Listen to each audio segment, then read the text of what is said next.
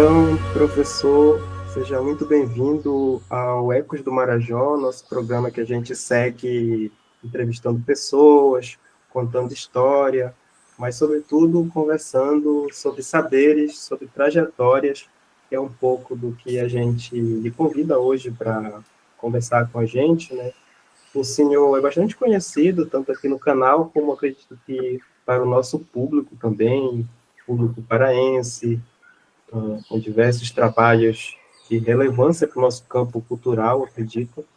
Mas, para começar, professor, gostaria que o senhor se apresentasse. De que maneira você gostaria de se apresentasse para o público, né? Apesar de que provavelmente ele já vai lhe conhecer. É mais uma chegância mesmo, fique à vontade. Lá. Pois bem, eu sou o Antônio Juraci Almeida Siqueira, que eu não uso todo nome porque muito nome, pouca gente. Antônio Juraci Almeida Siqueira, nasci no município de Afuá, na localidade de Cajari, sou ribeirinho, portanto, nasci no dia 28 de outubro de 1948. Portanto, já completei 77 voltas em torno do Sol, né, no dia 28, próximo passado. E vivi lá no interior, no Carrearia, até os 16 anos de idade. Lá eu vivi 16 anos, quando então eu mudei para Macapá. Na época ainda território, né? Ainda território, eu mudei para lá. E lá fiquei por 11 anos. Lá eu servi o exército, terminei o- acho que na verdade era o fundamental, a gente chamava de colegial, no colégio Mapoense, né? Eu trabalhei, eu fiz, no caso, eu fiz ciências exatas, né? Na época. E ainda cheguei a prestar até 75, então eu ainda prestei vestibular, o primeiro vestibular lá em Macapá mesmo, né? Eu passei no ramo de ciências exatas, não passei nessa primeira tentativa. Em 76, em fevereiro de 76, eu cheguei em Belém, né? Eu vim em Belém em tratamento de uma filha minha, da filha mais velha, e terminei, né, ficando em Belém. Passei por alguns endereços, na, eh, morei alguns meses na casa de um tio lá na Cidade Velha, na Doutora Assis, né? Aí vim mudando de endereço, até chegar onde eu já estou aqui, aí encontrei a felicidade, né? A passagem de felicidade onde eu moro, né? Sim. Essa passagem recebeu muita história de muitas partes, né, no tempo das cartas que se escreviam, né, das cartas que se faziam, justamente por conta do nome, né, Passagem de Felicidade. Tem inclusive um poeta paraense que já está no andar de cima, Leonan Cruz, numa torre, disse o seguinte: que é o trovador da cidade, o maior que temos cá. A rua é felicidade só porque ele mora lá. Mas, na verdade, quando eu cheguei aqui, já era felicidade. Ah, E fiquei aqui. Então, eu vim construindo, comprei primeiro uma bandola de madeira, depois veio indo corrimento de madeira também, até derrubar, até ficar atualmente na casa que eu resido, que tem 3 pavimentos de alvenaria, mas continuando a felicidade. E vem acompanhando o próprio bairro, a própria evolução da passagem. Começou com estiva de madeira, depois veio a pissar, depois aí hoje está no asfalto, é aquela várias evolução. transformações, né? Várias transformações. E, E aqui professor, fiquei. Eu trabalhei outra coisa. Eu trabalhei, mesmo em Macapá, comecei a trabalhar com meu irmão quando cheguei lá, como açougueiro. Primeiro como ajudante, depois trabalhei por conta própria, vários endereços lá em Macapá. E cheguei aqui ainda como açougueiro. Comecei a trabalhar, vim trabalhar com o senhor, Lorival. Trabalhei aqui no Jurandeiro, trabalhei por conta própria, então eu vim trabalhando como açougueiro há muito tempo, né? Quando eu prestei vestibular em 1978, eu trabalhava no açougue. Quando eu comecei a fazer o curso, eu sou formado em filosofia, né? Licenciatura plena em filosofia. E na época, quando eu passei, eu trabalhava, eu ia para o açougue para a universidade, aí eu andava aqui, trajeto lá de bicicleta, inclusive eu ia na universidade, né? Ainda era tudo na pissarra. Hoje em dia está tudo asfaltado, aquela parte da própria universidade já está duplicada aqui, inclusive, nesse tempo não. Então foi assim que eu fui passando. Então terminei e em 83 eu me formei, né? Eu terminei em 82, mas realmente peguei o diploma em 83. Aí centros em filosofia. E passei um tempo ainda, só bastaria eu comecei a lecionar. Lecionei em várias escolas de ensino médio, né, de filosofia, várias escolas, e terminei já dos últimos anos, fiquei só no Colégio Parque de Carvalho, né? Me aposentei pelo Colégio Parque de Carvalho, de filosofia. Já 2 anos aposentado, agora já não estou já como professor turista. Ah, legal. Eu ia aproveitar que o senhor falou um pouco da origem lá do Rio Cajari, né? É, E falou um pouco sobre a Fuá, né? Assim, quais um pouco das lembranças que o senhor traz? Assim, uma Fuá que o senhor se deslocou aí em 70, né? Uma Fuá que já é uma cidade. na verdade, eu morava no interior mesmo, lá na saída do município, eu fui poucas vezes, eu fui batizado lá, Ah, quando a gente vivia mesmo em beira de rio, né? Poucas vezes eu me lembro assim, do Afuá, quando eu estive lá, fui batizado lá, e acho que foi umas 2 ou 3 vezes depois, assim, de adolescente lá na capital, então não me lembro muito dessa fase do Afuá lá, sim, do entendi. próprio, agora do próprio interior mesmo, Cajari. Eu comecei a estudar numa escola municipal mista São José do Cajari, uma escolinha de um chalezinho caiado perto de casa, né? Perto de casa, a gente ia de canoa, Era uma escola ribeirinha. é uma escola ribeirinha, a gente ia de canoa, ficava no mesmo lado do rio de casa, né? Próximo tinha de canoa, encostava lá, era lá aqueles tempos de escolas aí, de escola mista, sabe? Daquele tipo de mesa retangulares, né? Mesa grande, um banco de cada lado, né? No lado aí, uma mesa para aluno, uma mesa para alunas, né? Aquele Sim. tipo e então eu comecei a estudar justamente lá. Só que lá não se dava boletinado, passava aí, cheguei a ter um ano, inclusive, eu cheguei, era na quarta série, que eu passei da quarta série, e uma coisa interessante, a professora, não eu me lembro dela, a professora Cléia, ela me chamou e disse que ela não podia mais me lecionar para mim, porque ela só tinha quarta série também. Nós estávamos empatados, o aluno e o professor. E pior que Aí era uma realidade, né? De muitas. era uma realidade no interior. E aí no outro ano, já foi um professor, que até meio aparentado nosso, ele tinha ido ao ginásio. Ele é formado no ginásio de Macapá, né? E aí eu fiz a quarta série. Mas eu cheguei, como eu não recebia boletim nada, eu não tinha como provar. Quando eu cheguei em Macapá, eu tive que vou fazer aquele. Como era? Era curso de admissão, era. Então, havia programa de admissão, tinha que fazer Era uma admissão espécie de nivelamento, né? para fazer a admissão no ginásio. Lá que eu fiz o ginásio, aí eu fui estudar no ginásio de Macapá. Estudei no ginásio de Macapá, quando eu saí de lá que eu fui para o Colégio Mapanhense, né? Então, terminei lá e cheguei aqui em 76 e só prestei vestibular realmente para prestação em 78 já. Sim. E agora, sobre um pouco dessa chegada, né? Você até já comentou um pouco, mas queria que você comentasse um pouco mais. É uma coisa que vira e mexe alguma pessoa que veio do interior, é muito, né? Esse movimento das travessias dos Marajoaras, né? Continua depois de várias décadas, né? E o Dalcídio fala, né? Desse impacto da chegada não sei com quantos anos você chegou aqui em Belém, mas queria que você comentasse um pouco desses na primeira impactos. manhã, inclusive ele fala saindo lá do Barão do Rio Branco, indo pro, ele estudou lá no Padre Carvalho. Na primeira manhã ele fala que ele errou de sala, pegou vai. Então meio um auxílio assim também, chegando do interior, né? Meio é, Todo mundo passa por um pouco de passando. Alfredo, né? Então é um pouco disso aí, do auxílio, retrata um pouco disso, o Alfredo, né? O personagem dele, o Alfredo chegando, né? Lá meio perdido na cidade grande, né? E assim era um pouco da gente assim. E porque a gente sai, eu sempre digo, minhas irmãs também dizem isso, a gente sai do interior, mas o interior não sai da gente, a gente carrega, não tem jeito, a gente continua interiorano, continua ribeirinho, não interessa quantos anos passam na cidade grande, mas a gente continua com aquele espírito, não sai da gente, né?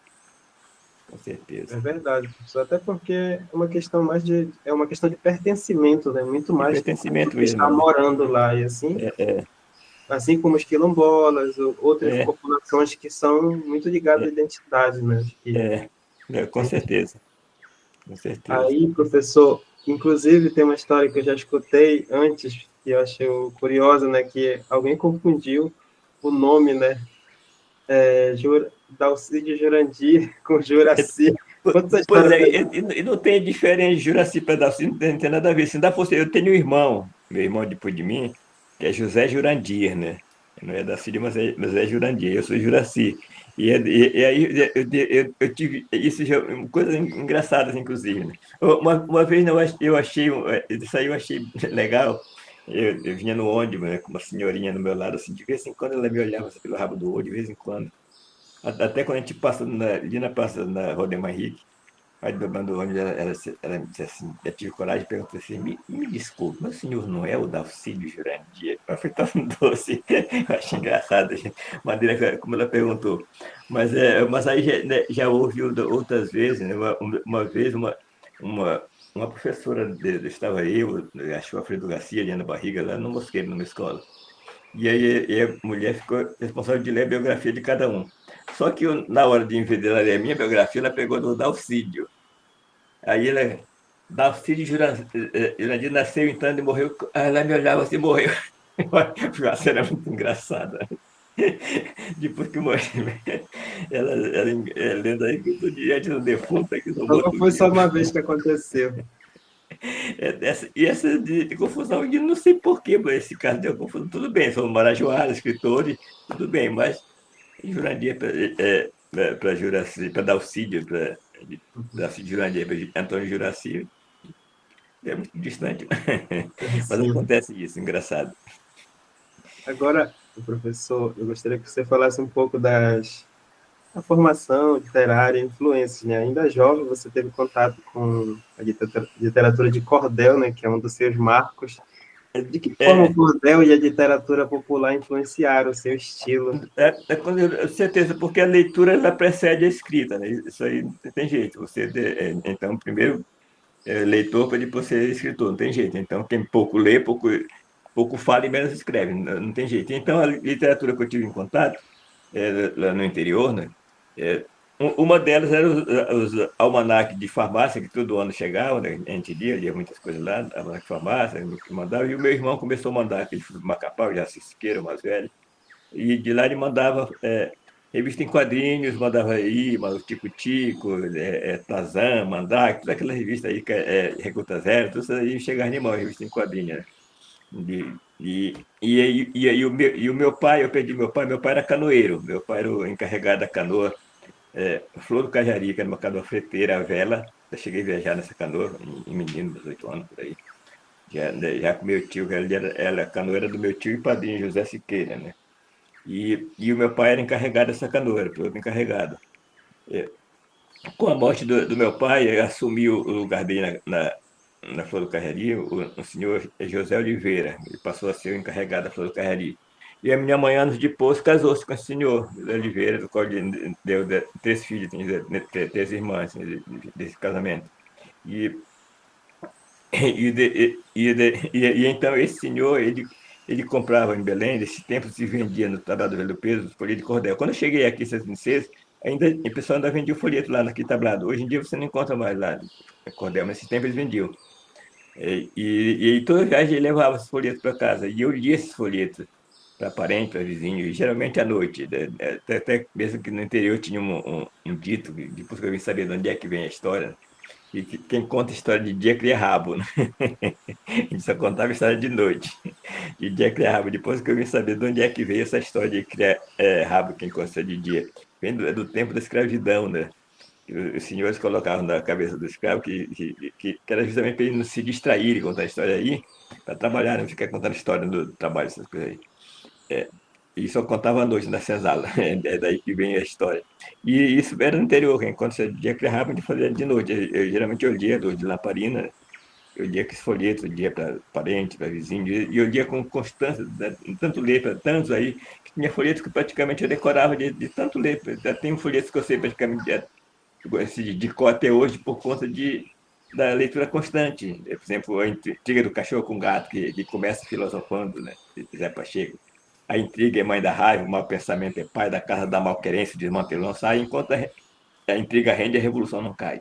Quando o cachorro falava, gato falava também. Gato tinha uma bodega, como hoje os homens têm, onde vendia cachaça encostada no armazém. É assim que começa o folheto.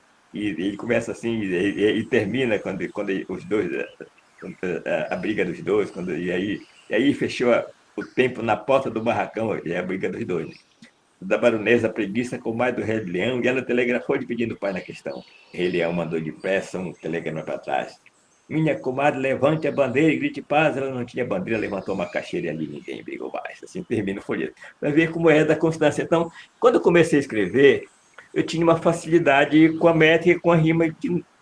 A princípio não entendia porque já vinha tudo certinho, tudo rimando. Depois é que eu notei, de tanto ler esse tipo de literatura, a coisa já ficou era quase que automático. Né? Eu já pensava em sete sílabas, já pensava becejando a coisa. Então, essa questão do cordel, com certeza que veio da constância de ler. Do leitor que eu fui de cordel, até me transformar em escritor de cordel. Não tem outra explicação. Né?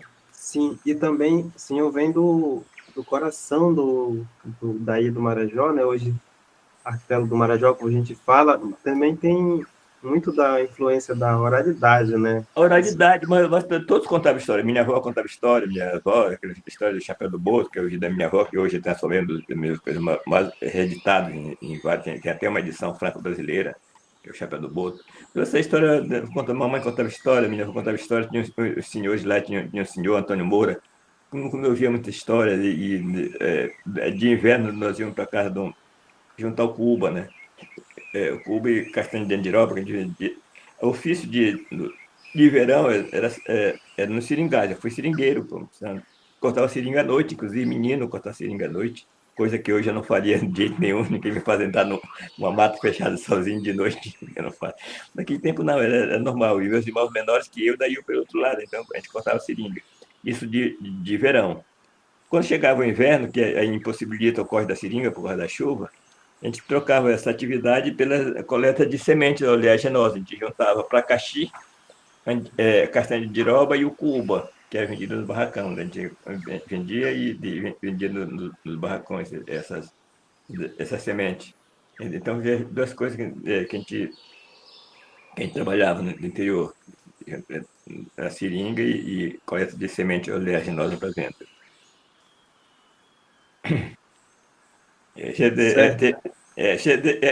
Cheguei a ser pescador, quer dizer, pescada normal lá, para subsistência, tudo bem, de pescar de caniço, de rede, aí que a gente tarrafa no interior. Mas eu cheguei a pescar, mas naquela pesca mais que a gente trabalhava, pescava na Baía do Marajó, com uns vizinhos que tinha naqueles reboques, a gente pescava lá na Bahia, né, que era aquela pesca mais mesmo que até as pessoas fazem, a gente se pega.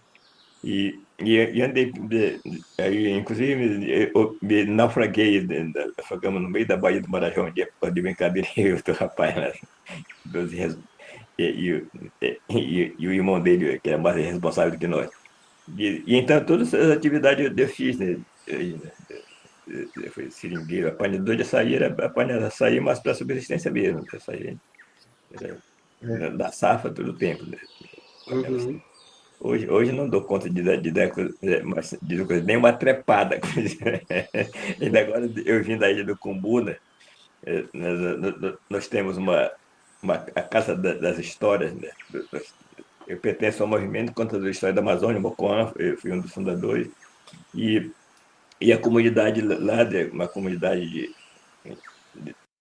ribeirinha, que eles têm uma associação de barqueiros, eles eles fizeram uma casa para nós, para o movimento. Ah, que legal. É a Casa das Histórias. Fizeram uma casa, inclusive, que tem cinema, tem biblioteca, tem cinema e tem o salão, um andar onde tinha reúne para reunião, onde recebe escola. Hoje nós recebemos uma escola, né? Quinta-feira vai outra escola para lá, a gente fala, mas esse trabalho atravessa para lá para fazer trabalho com as crianças, para aí fazer oficinas, é um trabalho muito legal. Hoje nós atravessamos com o escritor, com o paulista, atravessamos para lá, que foi conhecer também. Então vem muita gente de fora que vai conhecer a casa, então muito interessante isso, esse trabalho Sim, que a gente faz na Casa das Histórias, que é a Casa do Mocon. bem Muito massa. interessante mesmo. Agora, eu anotei aqui alguns nomes, né? Os mais conhecidos, imagino eu, que tem o Chapéu do Boto, tem Paca Tatu, Cutia Não. Aumentei para não mentir, entre outros muitos, né? Mas aí, assim, de longe, assim, eu percebo que o chapéu do Boto e o filho do Boto são diferentes, né? Mas a questão do Boto foi algo que pegou no poeta, uma identificação que é Na inevitável. verdade, Como é que dessa questão do começou Boto isso? ser o filho do Boto, acho que em 89, se não me engano, houve no Dia das Bruxas, no dia 31 de outubro, que é o Dia das Bruxas, né, nós fomos convidados para fazer um trabalho lá na Casa da Linguagem. Né? Na época, o diretor da Casa da Linguagem era o poeta Max Martins, né? E aí nós fomos, cada um resolveu no Dia das Bruxas, mas nós não fomos homenagear as bruxas medievais, não, nós fomos os nossos duendes daqui. Então, Eliana Barriga foi de Martinta Pereira, Roseli Souza foi de Yara, poeta, professora Roseli Souza, Eliana Barriga outra, e eu fui de Boto. E eu escrevi, inclusive, para essa apresentação, o poema Eu, o Boto, quando é o Boto se identificando como Boto, que na verdade eu fiz por conta daquele filme Ele, o Boto, encarnado pelo Richard, né, de Rapaz, Ele, o Boto. Então, quando eu vi o filme Ele, o Boto, eu digo, por que Ele, o Boto, não Eu, o Boto? E aí eu resolvi escrever Eu, o Boto, não Ele. E aí que eu faço, que é uma...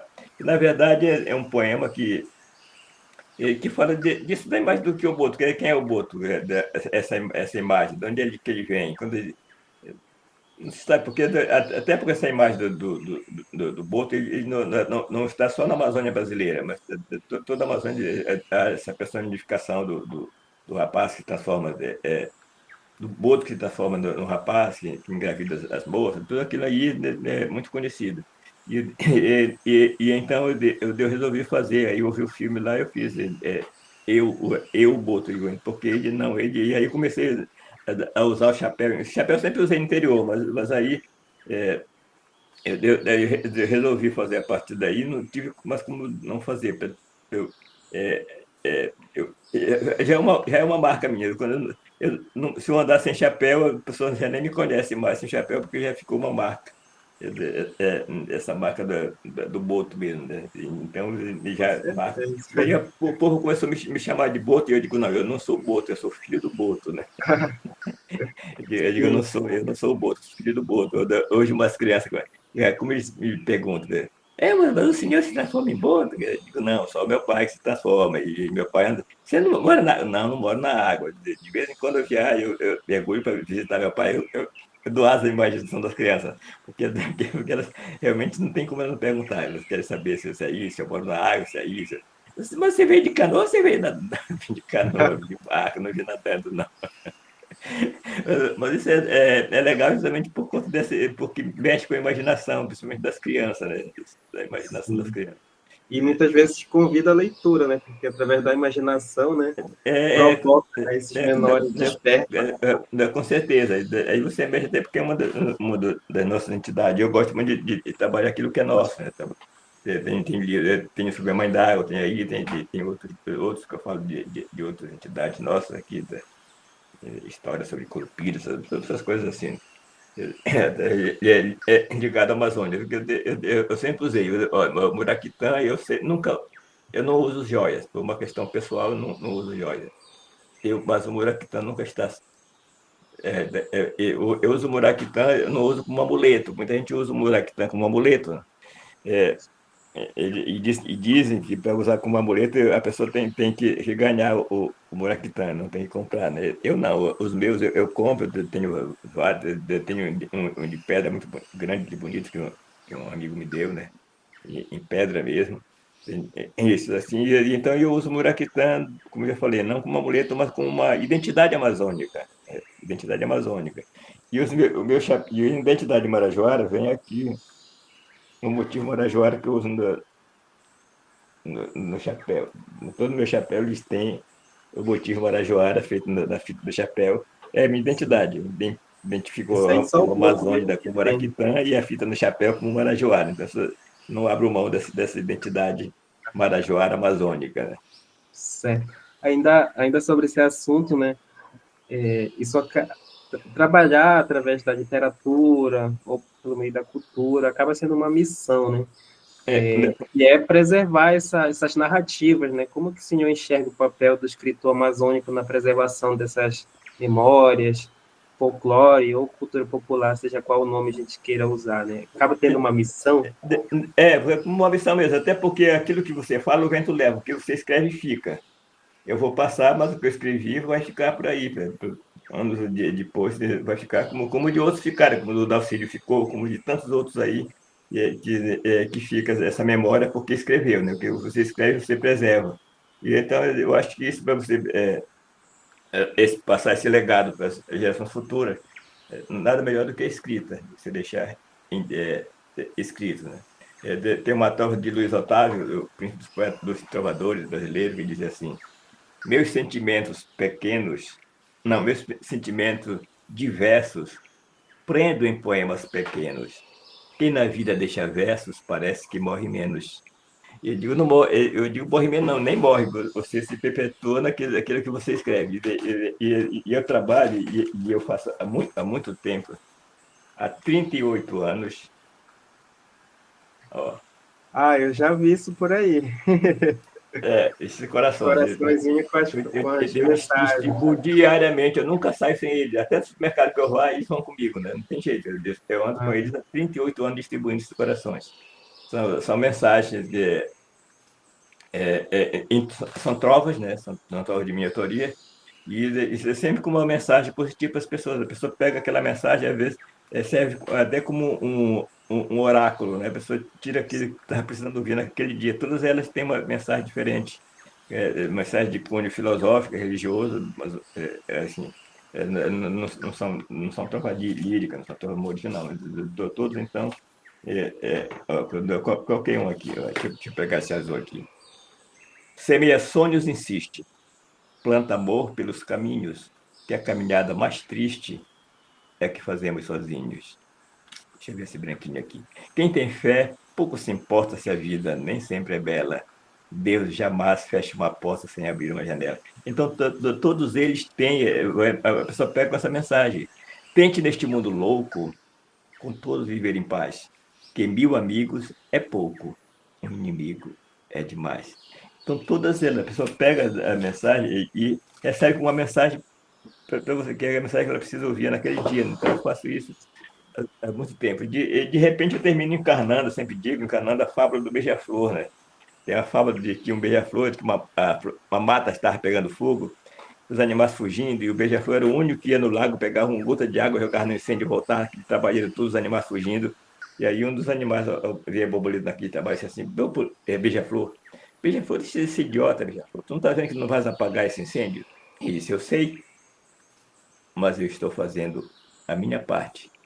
Eu sei que eu não vou acabar com o problema da falta de leitura no Brasil, mas eu faço a minha parte quando eu dou aquela troca para a pessoa, que nem que seja aquela troca para a pessoa valer naquele dia. Então, é a minha contribuição em prol da leitura, né? Professor, ainda a gente está quase se encaminhando para o fim da entrevista, mas isso lembrou que eu já pude perceber em alguns momentos que o senhor também tem um engajamento social, né? O senhor sempre se coloca, o próprio projeto que o senhor citou, né? Que o senhor vai para além da literatura, já se posicionou quando precisou, né? De onde A- vem? Vem da formação social, política, o poeta também é dinâmico, né? Até porque tem a própria formação, né, a formação filosófica, né? A filosofia tem aquela coisa a filosofia serve muito para isso, para você derrubar a viseira, para você ver o mundo sem viseira, o mundo plural, nesse mundo aí, acaba com a questão do preconceito contra isso, contra aquilo, não. Então, não tem essas coisas aí, eu abro a viseira, então, eu me incomodo com aquelas coisas, justamente com essa discriminação que se faz contra contra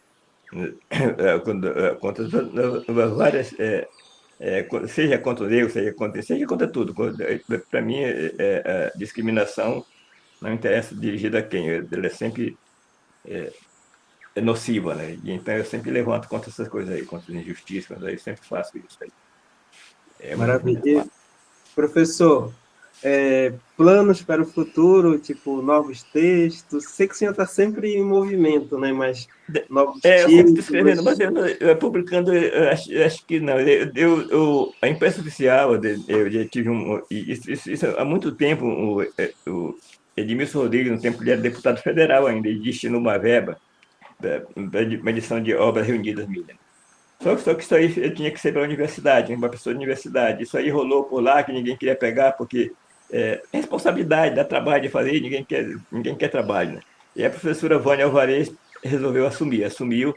Só que dentro do processo ela pegou a Covid e faleceu dentro do processo. Aí parou de novo. Depois o professor Joel Cardoso pegou, começou a levar, mas depois também largou por aí. E depois eu acho que a própria universidade, a ProEx, mandou para a imprensa oficial, e eles lá na imprensa oficial editaram em 5 volumes, obra reunida. Deixa eu pegar um combo aqui para mostrar.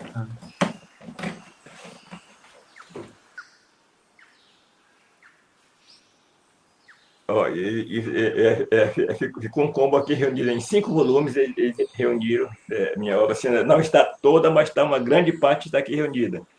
Tem o primeiro volume, que é o volume de poesia, né? Poesia. Vem o segundo volume, que é poesia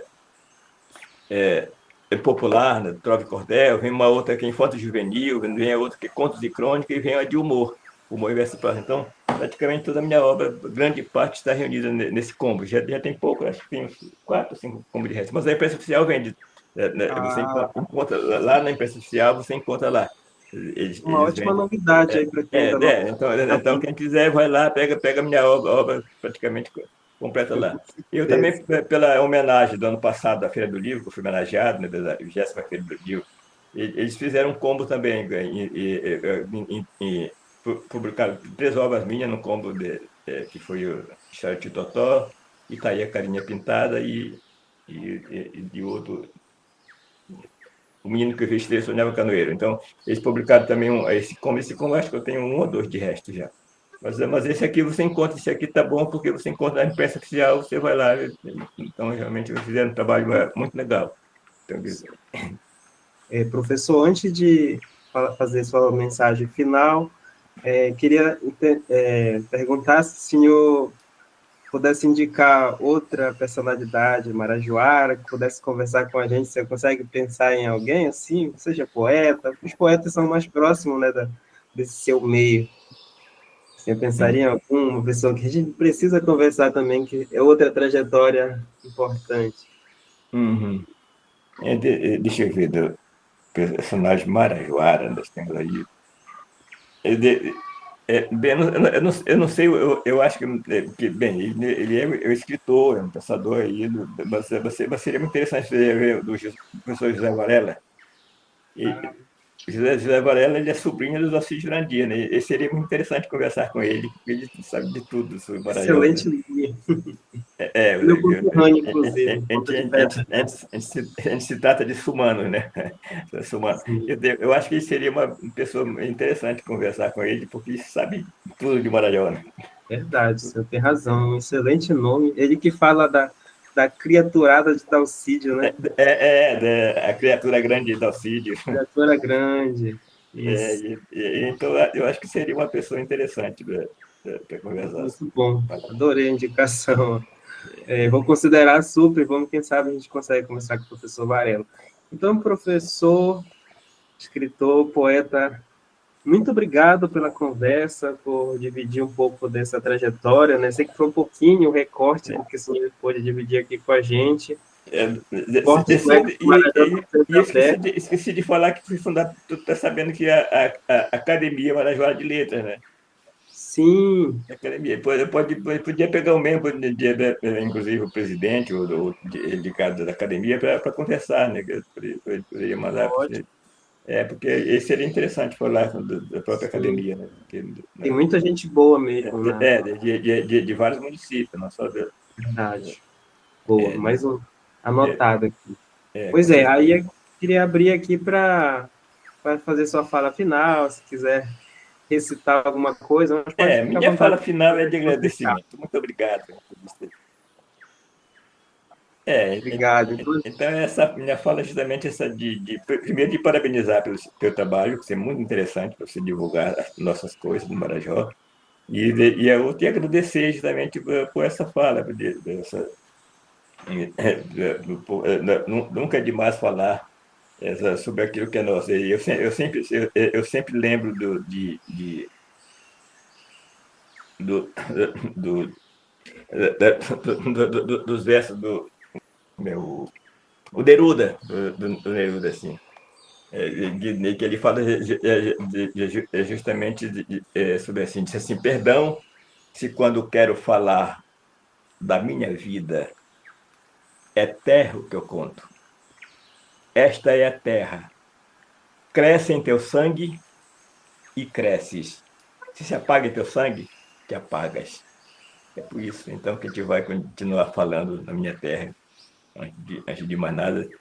Depois, se você quer cantar o mundo, como já falou o Pessoa, né? Cantar o mundo, cante a sua aldeia. Se você canta a sua aldeia, você está cantando o mundo, né? É por aí. Então, mais uma vez, olha, e o chapéu também, dos objetivos de usar chapéu é poder tirar o chapéu para aquilo que vale a pena. Então, para vocês, eu tiro o meu Muito chapéu obrigado, de Mano Marajoara. muito obrigado mesmo. A gente conversou hoje com o poeta, escritor, professor, marajoara, paraense, Antônio Juraci Siqueira. E obrigado pela generosidade, né, pela acessibilidade. São coisas que nos encorajam, né, a gente que está ainda se enveredando por meio da cultura, dessas trajetórias. E a você também que está assistindo, que está ouvindo, muito obrigado por acompanhar. O Ecos do Marajó segue. Até o próximo. Obrigado. Até a próxima. Obrigado. Tchau, tchau. Um abraço.